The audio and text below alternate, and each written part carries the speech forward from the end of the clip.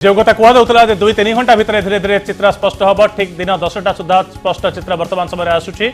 उत्तराखंड रे बीजेपी सरकार गढ़ा स्थिति को आसी जाइए। उत्तर प्रदेश सब बड़ राज्य जहाँ पर समस्त नजर थिला बीजेपी एटी बाजीमात करी।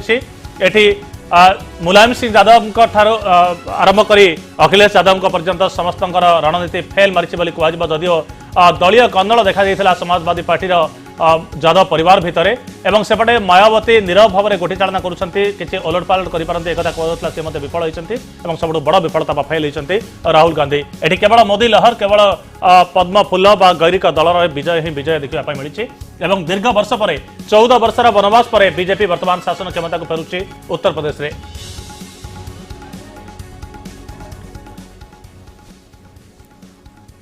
तो केमिति रही यूपी राजनीतिर पाणीपाग वर्तमान समय एवं मुख्यमंत्री प्रार्थी खोजा आरंभ करदे कि मुख्यमंत्री ना को नहीं चर्चा आरंभ हो गलानी कि बीजेपी नेतृत्व भितर से संपर्क में अधिक आलोचना करने अधिक सूचना देवाई लखनऊ स्वयं प्रकाश महापात्र जोड़ी होती।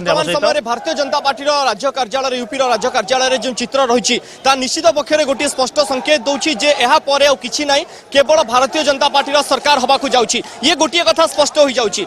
मुख्यमंत्री किए पार्लियामेंट्री संसदीय बोर्ड बैठक में निष्पत्ति किंतु संग्राम senior political leader senior political reporter Rishi Mishra आम सहित उपस्थित अच्छा। ऋषि जी आपका बहुत बहुत स्वागत है। सर कल आप 185 तक जा रहे थे लेकिन आज जो फिगर आ रही है वो तो 300 से ज्यादा जा रहा है। मैं 185 पे नहीं जा रहा था, मैं कह रहा था मिनिमम 185 और मैं 300 मैं इस आंकड़े को भांप रहा था। लेकिन मैंने इसलिए नहीं बोला क्योंकि आमतौर से इतने बड़े आंकड़े को लोग मजाक का विषय बनाने लगते हैं। इस वजह से मैं लगातार ये कह रहा था कि ये कम से कम आंकड़ा है। और मैंने आपसे ये भी कहा था कि ये जो एग्जिट पोल है ये बहुत बदलने वाले नहीं है। और आप याद देख रहे हैं क्योंकि मैंने कई इलाकों में घूमा था, किसी से भी बात करो तो वो कहता था कि मैंने भारतीय जनता पार्टी को वोट दिया है। उसका नतीजा हमारे सामने आ रहा है। 2014 का जो यहाँ पर 40% के लगभग का वोट शेयर था, आप शाम को देखेंगे कि 40% के लगभग का वोट शेयर ही बीजेपी के खाते में जाएगा और भारतीय जनता पार्टी लगभग हो सकता है 300 से ऊपर और 300 सीटें जीतेगी। ये मतलब मेरा कल का अंदाजा था, वो मिनिमम था। लेकिन सर ये आज एक कंफर्म हो गया कि नया समीकरण कुछ नहीं बनेगा, नेशनल पॉलिटिक्स में कुछ भी नहीं होगा, सिर्फ मोदी ही मोदी चलेगा। एग्जैक्टली मैंने एक बात कल भी आपसे कही थी कि भारतीय बहुजन समाज पार्टी तीसरे नंबर पे जा रही है, वो आज भी तीसरे नंबर पर है और कोई समीकरण यहाँ नहीं बदलने जा रहा था और कोई नया समीकरण नहीं बनने जा रहा था। भारतीय जनता पार्टी की सरकार आ रही थी, कल आपसे कहा था वही आज हुआ। अच्छा सर, ये मतलब ये जो वोटिंग पैटर्न पूरा हुआ ये डिमोनिटाइजेशन के ऊपर मोहर बजा या 2.5 साल में जो मोदी सरकार थी उसके ऊपर मोहर? आप ये मान लीजिए कि अगर विरोधी के समाजवादी पार्टी और बहुजन समाज पार्टी डिमोनेटाइजेशन को मुद्दा बना रहे थे तो मुद्दा बनाने के बाद में अगर रिजल्ट पॉजिटिव आ रहा तो निश्चित तौर पर विमुद्रीकरण को लोगों ने स्वीकार किया, नोटबंदी का खिलाफत लोगों ने नहीं करी और उसी का परिणाम आप सामने। लेकिन डिमोनेटाइजेशन के ऊपर जो हम सब डिफरेंट स्पीयर में डिस्कशन कर रहे थे कि इसका प्रभाव कुछ जो लोअर मिडिल क्लास लोग हैं और जो लोअर क्लास के लोग हैं उनके ऊपर कुछ आया है, लेकिन वो कुछ भी नहीं हुआ सर। बिल्कुल कुछ नहीं हुआ। किसी भी बच्चे को इंजेक्शन लगने और दवा देने में तकलीफ होती है लेकिन उसका स्वास्थ्य उससे सुधरता है। ये बात बिल्कुल भी मानने में से वो लोग ये इसी तरह से मान रहे थे कि जिस तरह से डॉक्टर हमको इंजेक्शन देते हैं ठीक उसी तरह से ये एक नोटबंदी भी एक इंजेक्शन की तरह था जो लोगों को स्वास्थ्य को सुधारने वाली बात थी। अच्छा सर, एक बात हमें बताइए कि यहाँ से क्या मैसेज आया नेशनल स्पीयर में कि 2019 फिर से मोदी जी का हो गया? नहीं, अभी ये बहुत जल्दी होगा ये कहना, लेकिन ये सीधा मैसेज है कि जितने भी विरोधी दल हैं अगर वो मोदी को पार पाने की कोशिश करना चाहते हैं तो उनको अपने तमाम स्वार्थ, तमाम प्रधानमंत्री पद, तमाम अपनी ऊंची नीची चीजों को छोड़ करके एक होना होगा और मोदी के सामने एक ऐसा चेहरा लाना होगा जो कहीं ना कहीं मोदी की बराबरी कर सके। सर आपको लगता है कोई चेहरा ऐसा है जो थर्ड फ्रंट को लेके हम डिस्कशन हमेशा करते हैं, कहीं से अखिलेश यादव, कहीं से मायावती जी, कहीं से ममता बनर्जी, कहीं से नीतीश कुमार, कहीं से लालू प्रसाद, कहीं से नवीन पटनायक, इतने सारे लीडर हैं। आपके हिसाब से इनमें से कोई एक चेहरा है जो मोदी जी के बराबर हो सकता है ने या ये सिर्फ एक डे ड्रीम है थर्ड फ्रंट के बारे में? नीतीश कुमार संभव हो सकते हैं एक ऐसा चेहरा। आप देखिए नीतीश कुमार का चेहरा इसलिए सर्वग्राह है, नोटबंदी पे एक अकेला ऐसा विपक्षी नेता था जिसने मोदी का समर्थन किया।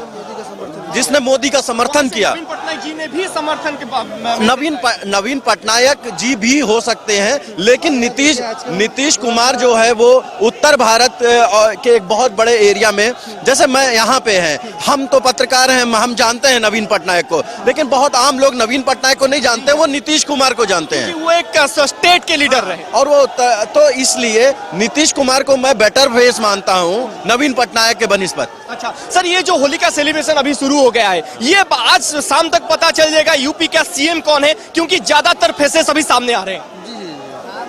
उत्तर प्रदेश का सीएम कौन होगा ये अभी अगले 2-3 दिन तक क्लियर नहीं किया जाएगा। मैं आपको एक बात एक बात मैं आपको तय बता दूं कि ये अभी एकदम से तय नहीं होगा। बहुत ही चौंकाने वाला कोई चेहरा उत्तर प्रदेश का सीएम हो सकता है। जो उमा भारती जी को लेके, राजनाथ सिंह जी को लेके, योगी आदित्यनाथ जी को लेके बहुत सारी चर्चा हो रही है। केंद्र से कोई मुख्यमंत्री नहीं बनेगा उत्तर प्रदेश का, कोई सांसद भी मुख्यमंत्री नहीं बनेगा। तो यहाँ से एक नया फेस सामने आएंगे जो सबको साथ लेकर आगे बिल्कुल एक नया प्लेयर सामने आएगा, जैसे महाराष्ट्र में आया देवेंद्र फडणवीस जैसे आए, वैसा ही कोई चेहरा सामने आएगा जो जातिगत संतुलन को भी बना सके। ऐसा कोई चेहरा है आपके नजर में जिसे भारतीय जनता पार्टी सामने ला सकती है? इसमें बहुत सारे चेहरे बहुत सारे चेहरे हो सकते हैं इसमें, और उसमें नए नाम होंगे,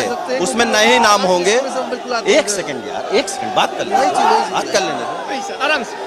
वो मैं कह रहा था कि इसमें एक चेहरा जो मुझे सुनने को मिला है, इलाहाबाद पश्चिम से चुनाव लड़ने वाले लाल बहादुर शास्त्री के पौत्र हैं सिद्धार्थ जी, एक उनका नाम चल रहा है।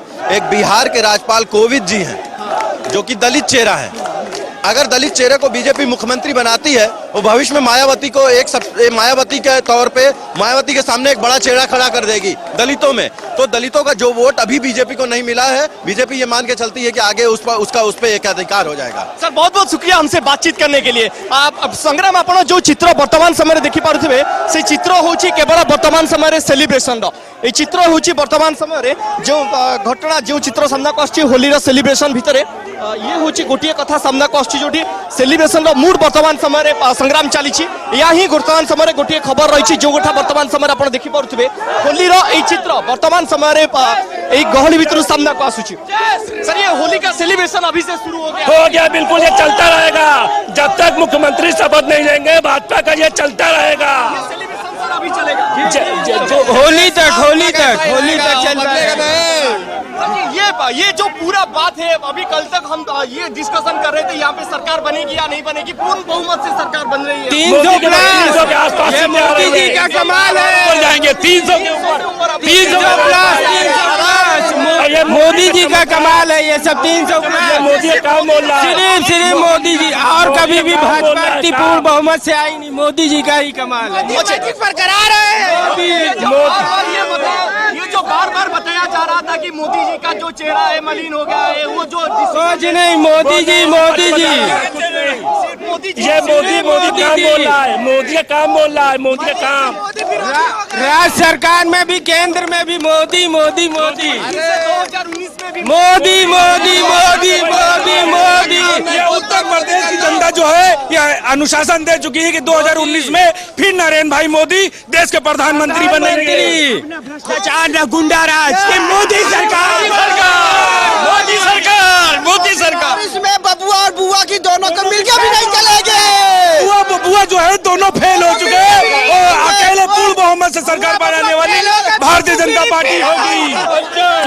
ये अखिलेश का काम बोलता था, ये कारनामे बोलते थे, ये प्रदेश की जनता ने सिद्ध कर दिया है। भैया आपके हिसाब से ये कौन सा एक मुद्दा रहा जिसके ऊपर पूरे उत्तर प्रदेश ने कमल खिला दिया? ये मुद्दा नोटबंदी रहा है। ये मोदी का काम बोलता है, अखिलेश की तरह काम खिलाता नहीं है। ये सिर्फ ये 2.5 सालों में काम बोलता है, काम नहीं करता। उनको जनता ने दिखा दिया, जिनको मोदी जी का काम नहीं दिख रहा था वो प्रदेश की जनता ने दिखा दिया। 25 करोड़ जनता ने गए अखिलेश। अब ये गंगा मैया की कसम खाया अखिलेश 24 घंटा उत्तर प्रदेश में लाइट देने के बावजूद क्यों चले गए? खाए बनारस में गंगा मैया की कसम। बबुआ कहता था काम बोलता है, बबुआ का गुंडा राज बोलता था। बबुआ कैसे अपनी बुआ की गोद में जाने के लिए कह रहे थे बीबीसी के इंटरव्यू में, आखिर उनकी ऐसी क्या हालत हो गई